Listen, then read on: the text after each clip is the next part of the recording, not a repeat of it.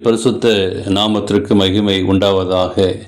இந்த காலை வேளை உங்கள் அனைவரையும் ஆண்டவராகிய இயேசு கிறிஸ்துவின் இன்ப நாமத்தில் அன்போடு வாழ்த்தி வரவேற்கிறேன். ஏசாயா 26:3 வாசிக்கிறோம். அவரவர் தம் பொல்லாத வழிகளை விட்டு திரும்புவார்கள். இந்த நாளின் செய்தியாக, பொல்லாத வழியை விட்டு விலங்குங்கள். நாம் ஜெபம் என்னும் திறவுகோலை பயன்படுத்தி பரலோக ஆசீர்வாதங்களை பெற்றுக்கொள்கிறோம். நம்முடைய அனுதின ஜெபம் கிருபையால் நாம் வளர்வதற்கு மிகவும் அவசியமாக இருக்கிறது.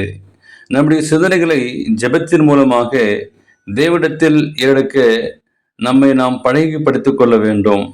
ஜெபம் பண்ணும்போது உலக காரியங்களில் நமது மனம் அலைப்பாயாமல் இடைவிடா முயற்சியோடு தேவ சமூகத்தில் தரித்திருக்க பழக வேண்டும். இடைவிடாமல் ஜெபம் பண்ணுங்கள். சோத்திரத்துறை ஜெபத்தில் விழித்திருங்கள் என்று சொல்லி கொலோசியர் 4:2 வாசிக்கிறோம். நாம் ஆவிக்குரிய வெளிச்சமானது அதிகமாக இருந்தாலும் தெய்வீக சலுகைகளும் ஆசீர்வாதங்களும் நான் அனுபவிக்கும் போது தேவன் நமது ஒவ்வொரு சிந்தனைகளையும் தூண்டுதலையும் அடக்கி ஆள வேண்டும் என்று விசுவாசத்தோடு மன்றாட வேண்டும்.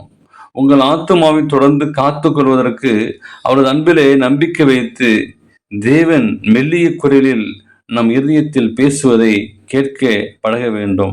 நீங்கள் வலதுபுறமாய் சாயும் போது, இடதுபுறமாய் சாயும் போது வழி இதுவே, இதனை நடவுங்கள் என்று உங்களுக்கு பின்னாலே சொல்லும் வார்த்தையை உங்கள் காதுகள் கேட்கும்.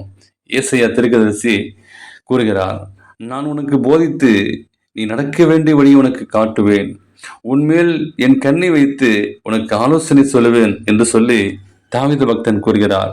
ஒவ்வொரு செயல்களையும் நாம் செய்யும் போது அவரை வழி நடத்துவதற்காக நாம் காத்திருந்து ஜெபிக்க வேண்டும். இவ்வாறாக நம் முழு ஆத்மாவையும் சரீரம் ஆவியையும் சக்தி ஆவியானவரின் கட்டுப்பாட்டுக்குள் வைக்கப்பட்டு இயேசுவின் பாதத்தில் அவருடைய கிருபைக்கு உட்பட்டவராய் ஊக்கமாக ஜெபம் செய்யும் போது சாத்தானின் சேனை நடுங்கும்படி செய்யலாம். நீங்கள் சொஸ்தமடைக்கு உங்கள் குற்றங்களை ஒருவருக்கொருவர் அறிக்கையிட்டு ஒருவருக்காக ஒருவர் ஜெபம் பண்ணுங்கள். நீதிமான் செய்யும் ஊக்கமான வேண்டுதல் மிகவும் பலனுள்ளதாக இருக்கிறது. எலியா என்பவன் நம்மை போல பாடுள்ள மனுஷனாயிருந்தோம். மழை பெய்யாதபடிக்கு கருத்தாய் ஜெபம் பண்ணினான். அப்போது 3 வருஷமும் 6 மாதமும் பூமி மேல் மழை பெய்யவில்லை. மறுபடியும் ஜெபம் பண்ணினான். அப்பொழுது வானம் மழையை பொழிந்தது, பூமி தன் பலன் தந்தது. எனவே ஆண்டவருக்கு நான் நன்றி செலுத்துவோம். ஆண்டவருக்கு பிரியமான ஒரு வாழ்க்கையை வாழுவோம். ஆண்டவருக்கு பிரியமான வழியிலே செல்லுவோம். தேவன் தாமே உங்களையும் உங்கள் குடும்பங்களையும் உங்கள் பிள்ளைகளையும் தேவன் ஆசீர்வதிப்பாராக. ஆமேன்.